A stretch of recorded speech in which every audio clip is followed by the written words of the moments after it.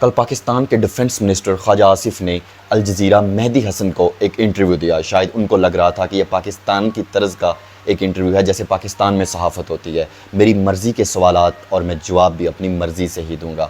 لیکن شاید وہ یہ نہیں جانتے کہ یہاں پر ان پر سخت سوالات کی بارش ہونے والی ہے. سب سے پہلے مہدی حسن نے ان سے پوچھا کہ آپ مانتے ہیں کہ عمران خان پاکستان میں پاپولر ہے؟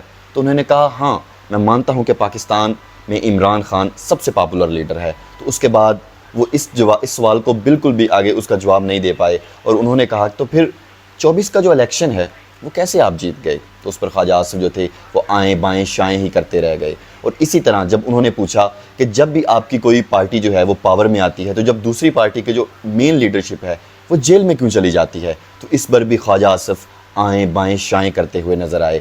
اور سیم اسی طرح جب انہوں نے تیسرا سوال خواجہ آصف صاحب سے کیا کہ آپ مجھے اس بات کا جواب دیں کہ ویسے تو جو آرمی چیف ہے وہ ڈیفنس منسٹر یعنی اس کے انڈر ہوتا ہے, ڈیفنس منسٹر کے محتاط ہوتا ہے, لیکن کیا پاکستان میں بھی ایسا ہے؟ تو وہاں پر بھی خواجہ آصف جو تھے وہ لاجواب نظر آئے. تو شاید ان کو یہ لگ رہا تھا, اور میں صرف پی ایم ایل این یا جو ابھی establishment led P M L N اور پی پی پی کا جو الائنس ہے اور جتنی بھی باقی چھوٹی جماعتیں ہیں میں ان کی بات نہیں کر رہا. اس سے پہلے پاکستان تحریک انصاف کے بھی جو ڈفرینٹ پولیٹیشینز تھے جب وہ باہر جاتے تھے تو وہ اسی طرح لاجواب ہو جاتے تھے, کیونکہ جب آپ نے سالہ سال اپنی ساری زندگیوں میں صرف اسٹیبلشمنٹ کے ہاتھوں اپنے آپ کو ایک طرح سے کھیلا ہے, یعنی کھیلتے رہے ہیں اسٹیبلشمنٹ کے ہاتھوں سے, تو پھر ایسی ندامت اور ایسی ذلت یقیناً آپ کا مقدر بنتی ہے جب آپ واقعہ ہی انٹرنیشنل میڈیا کے سامنے جاتے ہیں.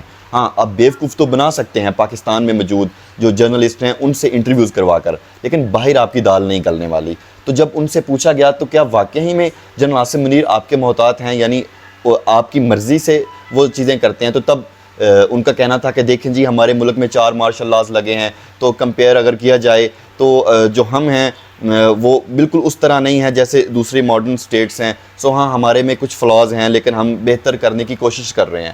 اس طرح بہتر کرنے کی کوشش کر رہے ہیں کہ 2024 کا جو الیکشن تھا جو کلیئر اینڈ کٹ تھا کہ وہ یہ لوگ نہیں جیتے اور اسٹیبلشمنٹ کی مدد سے یہ لوگ پاور میں آئے ہیں, تو اس طرح یہ ہمارے ملک میں ڈیموکریسی کے لیے کام کر رہے ہیں. سو بالکل ننگا کر دیا مہدی حسن نے خواجہ آصف کو, خاص طور پر جب انہوں نے اس طرح کے سخت سوال کیے اور خواجہ آصف کے پاس کوئی جواب نہیں تھا اور ذلت امیز انٹرویو تھا. ہمیشہ پاکستان کو ایسی ذلت اٹھانی پڑتی ہے انٹرنیشنل میڈیا پر جب بھی جو ہمارے یہ نمونے ہیں, خاص طور پر میں ان کو نمونے کہوں گا, جب یہ انٹرنیشنل میڈیا کے سامنے جاتے ہیں. دیکھیں اگر آپ میں اتنی تڑ نہیں ہے اور واقعی آپ کے ملک میں اس طرح کی چیزیں نہیں ہیں تو پھر آپ نہ جایا کریں, کیونکہ یہ آپ کی ذلت نہیں ہوتی, پوری دنیا دیکھ رہی ہوتی ہے کہ پاکستان میں ڈیموکریسی نام کی کوئی چیز نہیں ہے.